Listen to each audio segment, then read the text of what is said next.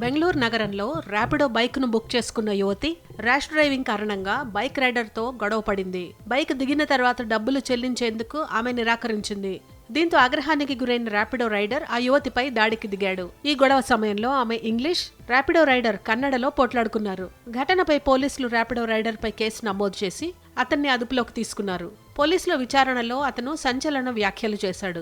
Bike riding సమయంలో తన bike road మధ్యలో ఉన్నప్పుడు ఆమె బైక్ ఆపమని తనను కోరిందని, అలా ఆపితే వెనక నుంచి వచ్చే వాహనాలు ఢీకొట్టే ప్రమాదం ఉందని తాను చెప్పానని, దీంతో ఆమె గొడవకు దిగిందని విచారణ సమయంలో బైక్ టాక్సీ డ్రైవర్ సుహాస్ వెల్లడించాడు.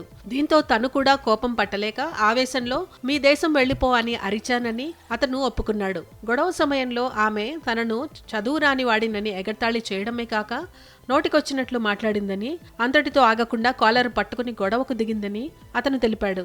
ఆ తర్వాత ఆమె తనకు ఇవ్వాల్సిన డబ్బు గురించి అడిగితే 2 సార్లు టిఫిన్ బాక్స్ తో కొట్టిందని, ఇక కోపం ఆపుకోలేక తాను కూడా తిరిగి చెంప మీద కొట్టానని చెప్పుకొచ్చాడు. అప్పటికే నలుగురు పోగాయి చూస్తున్నారని, ఇకనైనా గొడవ ఆపాలని ప్రాధేయపడినా ఆమె రెచ్చిపోయి దూషిస్తూనే ఉందని అన్నాడు. తనను ఇంత ఇబ్బంది పెట్టిన ఆ యువతి పైన కేసు నమోదు చేయాలని అతను డిమాండ్ చేశాడు.